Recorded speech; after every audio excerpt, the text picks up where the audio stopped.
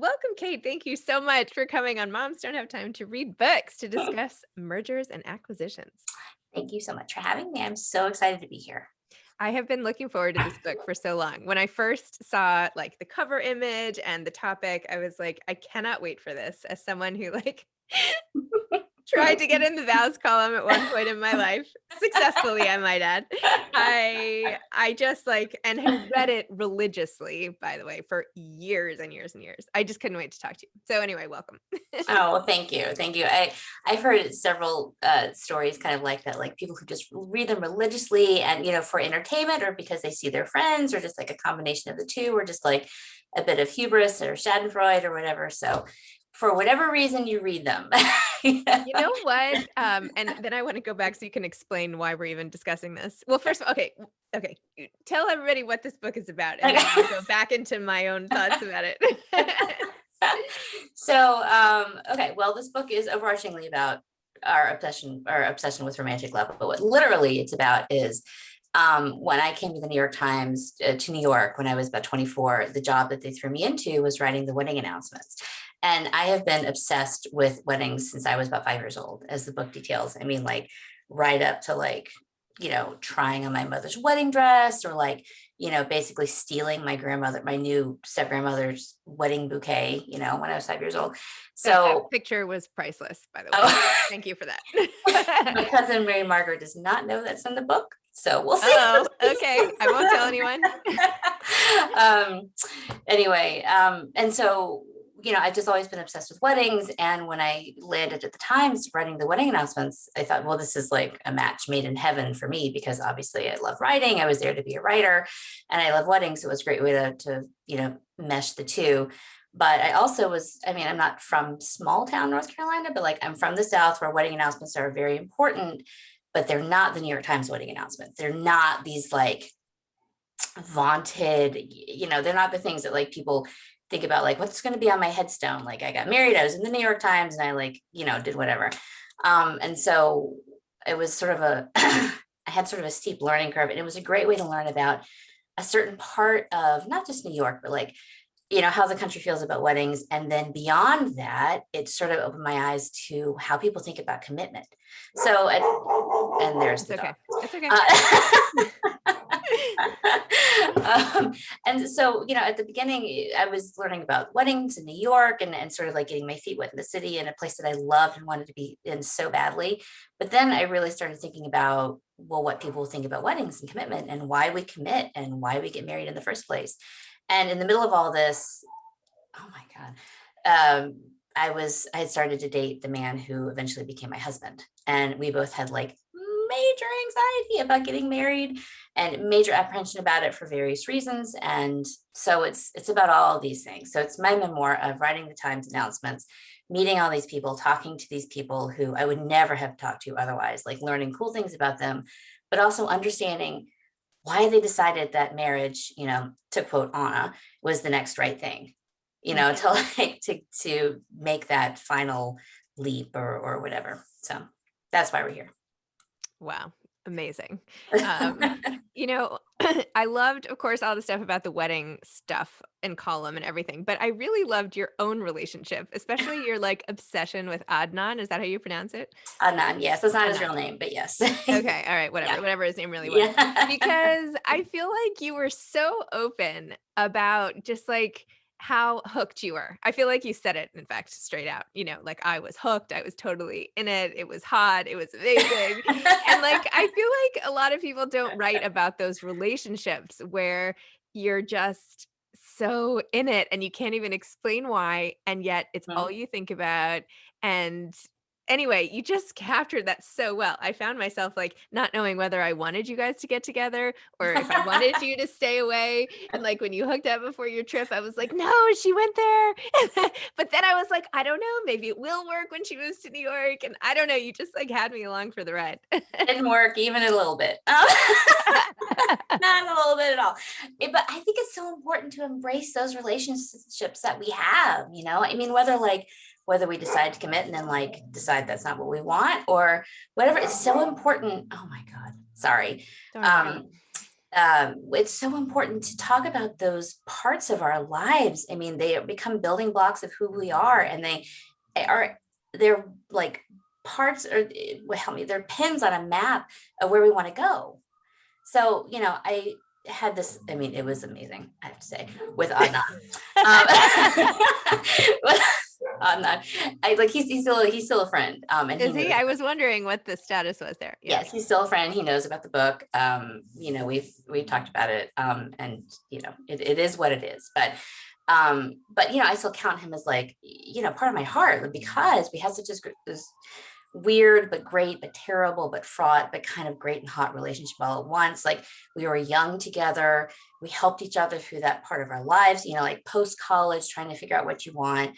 And we also, like, I can't speak for him, but like, I learned a huge amount from that relationship about what I wanted, what I didn't want, how to get out of something that was not really working. Although frankly, like, he basically pulled the plug, but it was good. Like, he was one who was like, this is not working, we're this is the end. And because otherwise, I don't think that I would have just gone along for the ride. But it was helpful to have that person say, like, this is not what I want. And that by proxy helped me figure out what it is I wanted. And it turns out what I want still is like 3 rooms down the hall teaching a class Aw. on Zoom. So, and we just had our 11th anniversary on Saturday. Aw. Yes, I saw you posted about it. It was Yeah. so cute. Yeah. We got away. Good for you. That's amazing. Thank you. Thank you. Yes, I loved seeing that. And how does he feel about this book? So you have the odd not everybody knows that it's coming out. Like, how does he feel? How does he feel reading about how like sexual a relationship you had with somebody else? He was so that, oddly enough, my mom asked me the same question. I was like, I'm not going to talk about that with you. 'Cause you're my mother. It was, so he refused. He's a real traditionalist about books, and he refused to read most of it until the hard copies arrived, which was like 10 days ago, I think, or something like that. So we unboxed the books, and he went and sat on the couch and like took the day off from work the next day to read this book, like, straight through. Wow. Which was so sweet and so adorable. And he had read parts of it, he'd read the parts of the book that told the stories of our lives that we were both involved in, not for fact checking purposes, just for me to make sure that, like, he's okay with me telling this part of the story from my perspective. But in terms of the Adnan stuff, like, he had a pretty good idea of what that relationship was. I mean, I will say, he was like, why didn't you write about me like this? And I was like, because I'm married to you. I mean, and we've been together for 17 years. Like, there are some things that are just as obvious as oxygen, and I almost don't feel like I needed to write about that. And I have said, like, I'm not going to write anything about our marriage like that. That to me is off limits. I mean, that's not everything is copy, I think. So, yeah, but I will say, like, we've been kind of joking about, like, well, if this were made into a movie, and he said, like, so Anand was very tall, and my husband is not blessed in that way, I would say. And it's sort of a joke. I mean, we're both pretty short people, and he said that the one thing he wants to make sure of is that the person who plays him is taller than the person who plays Adnan. So that's so funny.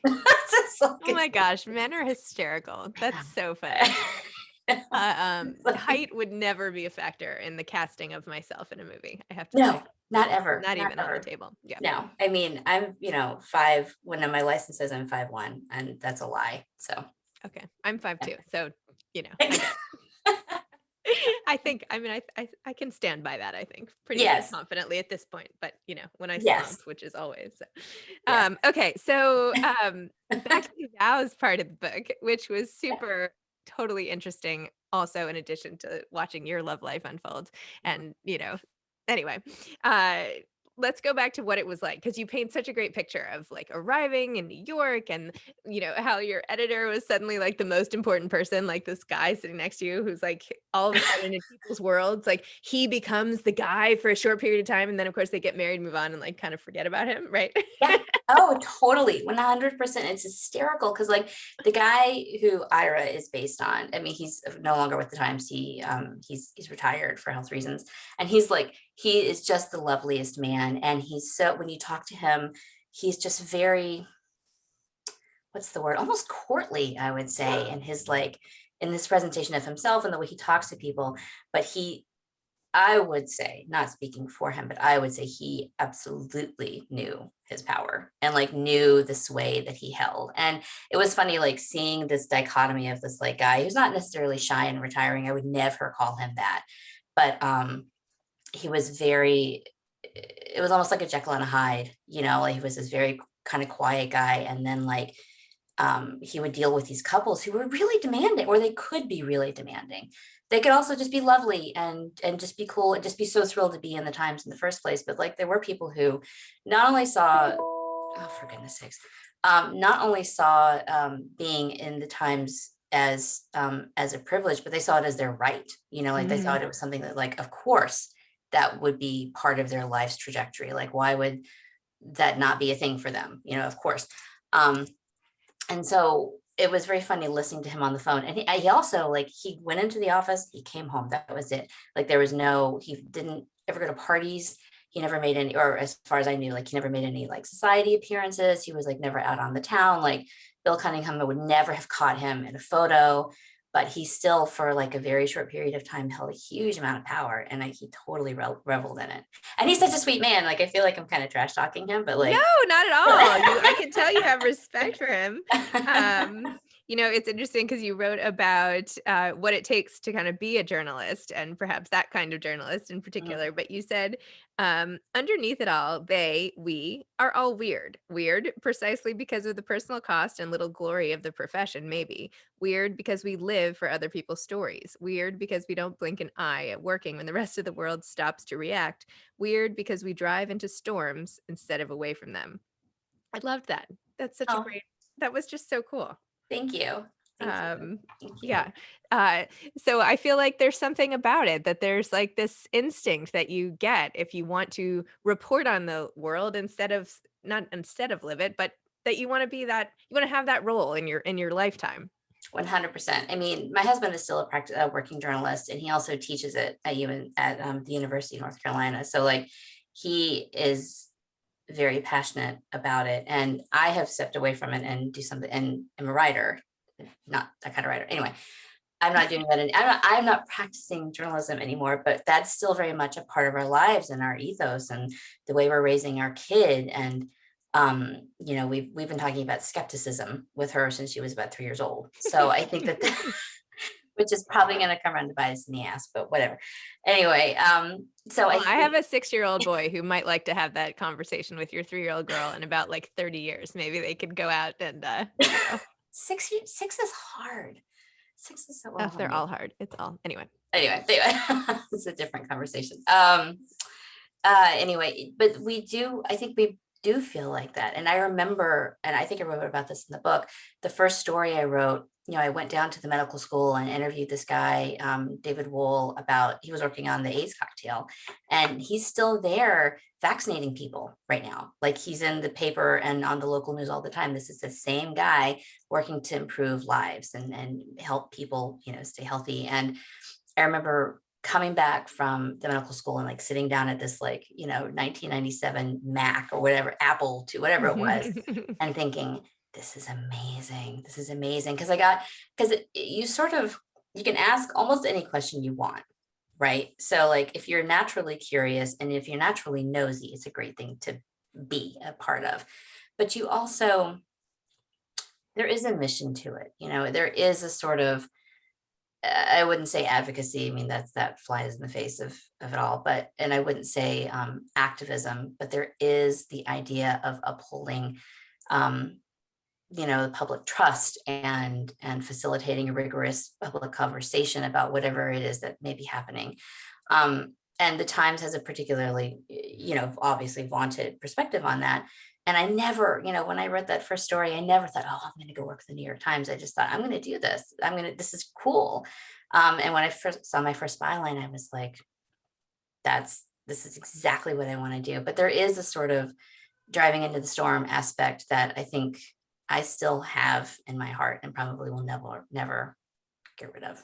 So Oh, that's great. I love it. Well, we need that in society. People going in as everybody runs away. I hope so. Um, so I think what also you're saying about people's stories fits so well into this vows obsession, right? Because I was trying to analyze, why did I read them all the time? Like, I looked forward to Sunday. I would like grab that section and like race over and pour over every listing. And I remember thinking, like, every one, I'd be like, well, these guys aren't going to make it. Or, yeah, like, I think these guys, yeah, like, look at this mom and mother-in-law situation. This is not going to work. I can already tell, there were like so many warning signs just in the facts, I feel like. Totally. Right? There should have been some sort of black market, like, predictor for which vows things made it and which didn't. Actually, there probably is somewhere, but maybe I don't want to know about it. Bet Fair's on it. Yeah. Well, Gawker did that thing, they scored the nuptials that I wrote about. And sometimes they would say, like, these people are not going to make it. Like, there's just no way on earth. I mean, I forget what their criteria was or were, but I mean, yes, I used to do the same thing. I mean, you talk to these people and you hang up the phone and be like, yeah, No. no. But it's also the stories, like, and I think that's why, and maybe it's because I'm getting older, that I've started not pouring over vows as much as I do the obits, right? Like, because now that's what I like to read the most. I know that sounds ridiculous. I mean, I like to No, read it's all of, not. right? It's just because what it is, it's just a glimpse at a life. And it's a story. It's a story in 2 paragraphs that it would take a whole book to read. And you can just like imagine, like, what if, or what happened, or who is this person? And I don't know. It's just like, what do you think? I mean, I always said that if I could get my dream job at the New York Times, it would either be to be the weddings editor. I think with this book, I'm never getting my dream job at the Times, but this is fine. It's fine. It would either. I think we're done. I would either be the weddings editor or the obits editor, and it's because those are two, again, pens in the maps of people's lives. And I always thought that the people who got to write obits, it was even if it was for somebody like Idi Amin, or some like, tin pot dictator, it would still be an honor to be able to trace this person's life and to be able to do it in a way that was multifaceted and really held them up to the world. And I mean, your wedding and vows, column announcement, whatever, that's a special day, right? But your death is a special day too. And I think that we tell these stories to put it in the record, to honor these people, to showcase them for who they really are. And I think that that's the truth for both vows columns and obits. And I think I love reading profiles of people who have done cool stuff. I love reading profiles of people who are trying to change the world, however they feel that it needs to be changed. And I love that because I don't know, just digging deep into a person is so important, so important. And I think that it's good to show everybody that here is when my life, I mean, obviously all lives matter, but here's a point in my life when that really mattered, and here's a point in my life where I could say I did this. And here's a point in my life when I cared about this. And yeah, I agree. I love reading the obits too. And also like some of the obit writers like Margot Fox, they're amazing too. And those obits are chosen just as judiciously as, well, even more so, because more people die than get married every week, even more so than the vows columns. And so I totally agree. And especially now over the past 14 months, the way that they have treated the obits, as you well know, have been, I think, with such care. It made me think of, remember after September 11th, they did the, yes, people we've profiles. lost. Yep. Yeah, profiles. Yeah. Profiles of Terror or something. I bought that book. They came out with a book after of all the.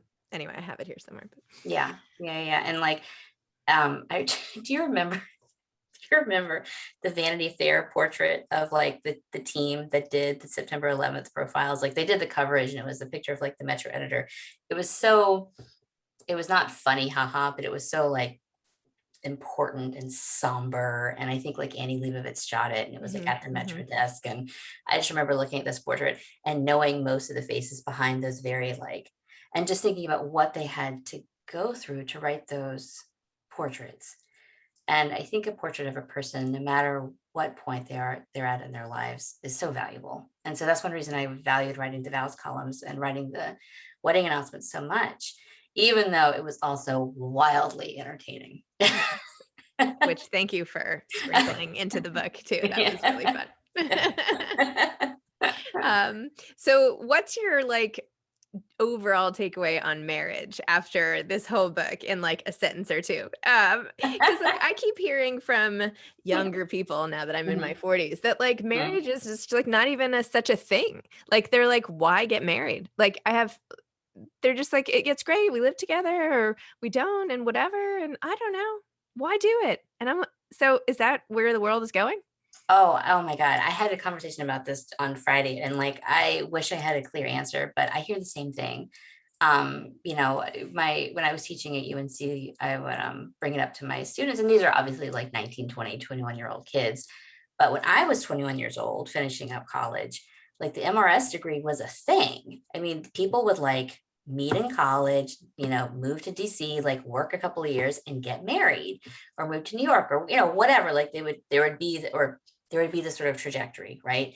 And like this is not even a thing. Like I was talking to one of my husband's former students who became our nanny, and she was like, "I'm not getting married ever, ever." And I was like, "Okay, cool, whatever." I'm just curious. I'm not judging. I'm just curious. Yep. But I mean, we went through this a lot. Like we were my husband and I were together 6 years before we got married, and we obviously had, as documented in the book, we had a lot of anxiety about making that, going into the final frontier or whatever. But we kept this, we decided we wanted to do it because we wanted to stand up in front of the people that mattered most to us, our family, our friend, whatever, and say, like, this is the person I choose. Because I think that you need a community to help a marriage keep going. Like you need your friends, like your spouse needs their friends, you need your family, and sometimes you don't need your mother-in-law, but that's neither here nor there. But most of the time you do, you need these support pillars around you to help. I don't know, just as it takes a village to raise a child, I think it takes a community to help maintain a marriage or help maintain a relationship. And you can do that obviously without standing up in front of, a priest or a rabbi or justice of peace or whatever. But I think that it's still a really good thing to have those markers in your life of like, this is the day that I stood up and said yes to this. And that's the value I see in a wedding anyway. And a marriage, I mean, you can't have a wedding without, well, you actually can't have a wedding without a marriage, but a successful wedding, usually culminates in a marriage. And I don't know, I should be more coherent about this since we just celebrated 11 years. But I get to wake up next to this person most days and think, this is what I'm going to do today. And as you know, the past year or so has really tested everything. It's tested the bonds of spouses and parents and children and friends and all of these things. And, I think my relationship with my child has gotten a lot more challenging over the past year, but my relationship with my husband has become even more solid, I think, than it had been, just because like I had this teammate. And again, you can do that without a wedding. You can do that without a marriage. But for me, and I think I'm guessing for you too, and for a lot of maybe women in our cohort or our age group, that is just, it feels like bedrock. I agree. Yeah, no, I'm divorced and I got remarried as quickly as I could. I know everyone's like, why? I'm like, I just, because I have to. Also, it's like I don't know. It felt to me at least like it wasn't like I wanted people to take it as seriously as I felt about it in a way, right? Like anyway. Okay, so what advice would you have? I barely even talked about your writing, but because I could talk to you about this other stuff for so long. I feel like we're only scratching the surface, and I'm sorry. What advice would you have to aspiring authors? Oh, golly. Get a good group of writers. Okay. Let me backtrack. Women writers.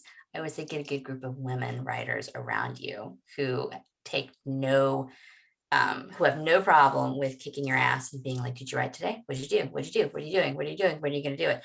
And I don't mean that in like a jerky way, but I mean that you need that just as a marriage needs community. I think a writer needs community as well. So that's one thing. And number two, I mean, I am, I feel particularly sort of vulnerable right now because I'm trying to work on a second book. And I think many first-time writers think the second book is never going to happen, but also many people who have never written a book think their first book is never going to happen. And so I think that you just have to have faith in yourself, as trite as that sounds, because that's one of the hardest things to do. But I think a community will help you do that. And the other thing is everybody says read, yes, of course, but like go be quiet. Especially this year, it's been so hard to find time for quiet, especially if you have children. You're trying to do this and juggling 7,000 different things. Like the quiet of the mind is so vital to this, as you well know. And having that space to do that is so, it feels like a privilege at this point. And so being able to find the quiet of the mind, I think, is one of the most important things. I say that like I wrote this book while working full time, juggling a child, dealing with a husband who had gotten laid off from, like there was just all of this stuff coming on. So I don't know if I can necessarily practice what I preach, but going forward, I hope to. But I will say that I could not have written this book without a supporting community of like loving women, honestly. That's amazing. Well, Kate, thank you. It was so nice to chat. I want to like continue this because that was too short. But I loved your book. I love the title. I just love everything. It's just awesome. And just like how out there you are. I just loved it. Like from everything from you're saying like, let's just say like that we're hot women when we're 24 years old or whatever. So like you're totally like obscured sort of like hot sex relationship. I was just in the whole and all the intellectual stuff too, but it was just great. Totally loved it. So thank you. Oh, thank you. That is so kind of you. I really appreciate this. It feels very weird to be sort of so out there, but I can't take it back now. So nope, don't. No, those are the best parts. The parts you're afraid to put out there. Got it. All right. Well, thank you so much for having me. I appreciate it. My pleasure. Take care. You Bye. too. Bye. Bye.